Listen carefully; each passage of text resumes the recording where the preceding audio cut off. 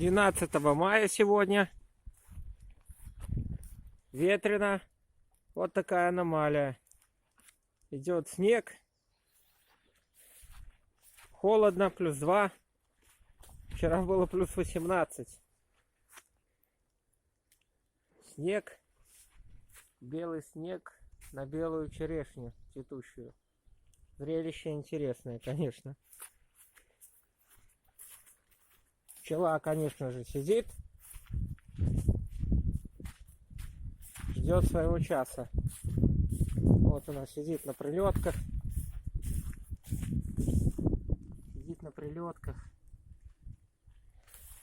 Ну, запасов кормов хватает.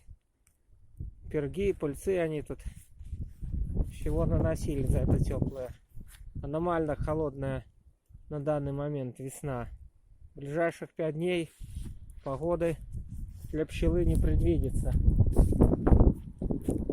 Вот такая вот, как говорят, петрушка.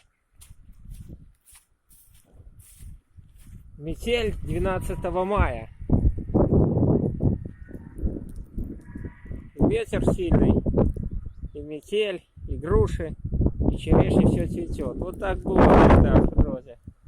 Но, как говорит, зимы не было. Сейчас зима отыгрывается.